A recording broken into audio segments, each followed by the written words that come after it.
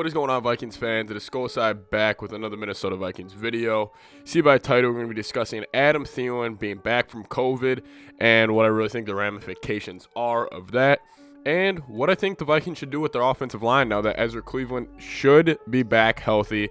I'm going to tell you why I expect him to play this week against the Jaguars.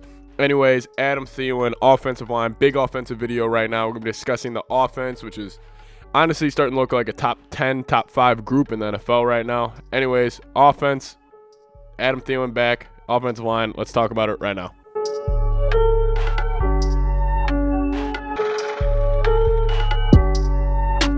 So the big news that kind of broke about, like, depending when you see this, but for me about like 30 minutes ago, was Adam Theilen is back from the COVID reserve list.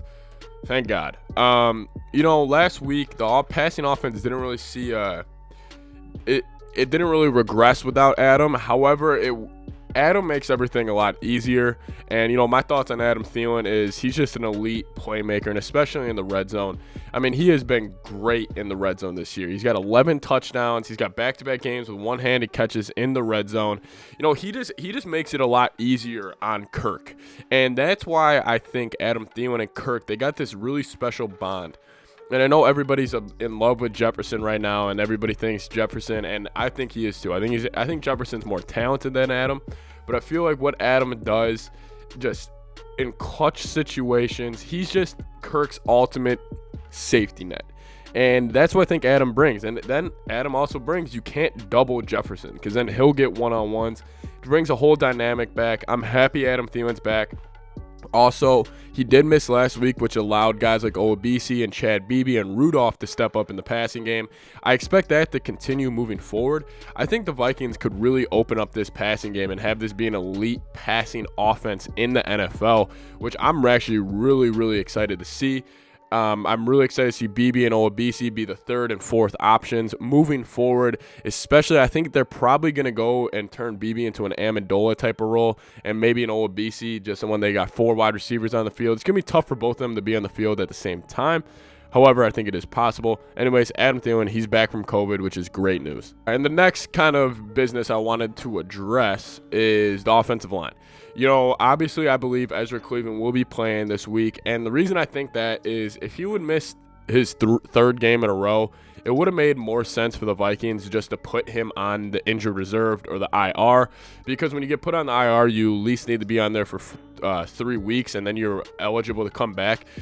So I guess if they thought it was serious, they would have put him on the IR. This is me being optimistic, because you could look at this as the other way and just think, well, maybe it was a slight injury for the week 1 and it just kind of got worse over time is what I'm trying to say.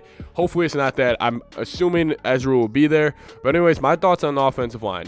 I feel like last week they were a little shaky. They were better in pass protection, but in the offensive run game, they kind of slacked a little bit last week. But what I think they should do with their 5 offensive linemen is I think the development of Brett Jones and how he's been playing. And I know I haven't really talked about him on this channel, so you guys might not really know about him. But Brett Jones has been straight up balling, and he's been really, really solid at that right guard position. And, we've seen Dozier. I mean, Dozier's been better recently. It's tough to find good guards, and Dozier seems like a really good guy who works hard. But I just don't think he still yet is putting everything together as quickly as a guy like Brett Jones would. Maybe Dozier's more of a not long term, I guess, but I just think it's time to put Brett Jones at left guard when Ezra comes back the right guard. And yeah, Dozier is taller and bigger than Brett, but Brett, I mean, we kind of have a joke for him. He's kind of got this little garden gnome body where he's these small, thick guards that love to move, and I think he fits Kubiak's scheme really well. Obviously, I think Ezra Cleveland's the ideal guard for a Kubiak scheme. He's big and he can move, and he's got this tenacity to him. He's honestly probably Kubiak's dream offensive guard. But I think moving forward, heading into Jacksonville and then moving on to Tampa Bay, my dream line, and I don't know if the Vikings would do this, however, I think they might. I would stick with Reef. Obviously, Reef's been having a pretty good year. Then I'll put Brett Jones, who's kind of came onto the scene a lot lately. Bradbury, no complaints. And then Ezra Cleveland, who's been a stud. And then obviously our boy O'Neal at right tackle. That's what I think the Vikings should do. I think they need to start getting a continuity going. I think if this is the 5, if they roll out this 5 against Jacksonville, barring injuries, that should be the 5 that rolls out every single game of the year. Anyways, guys, that's been the video. Talking about Adam Thielen, talking about the offensive line. If you are new here, please subscribe to the YouTube channel. Leave a like on the video, comment down below. Look out for a pregame show for the game this Sunday and a potential postgame show. Anyways, guys, it's been Skol Side. See you guys later. Peace. Skol Vikes.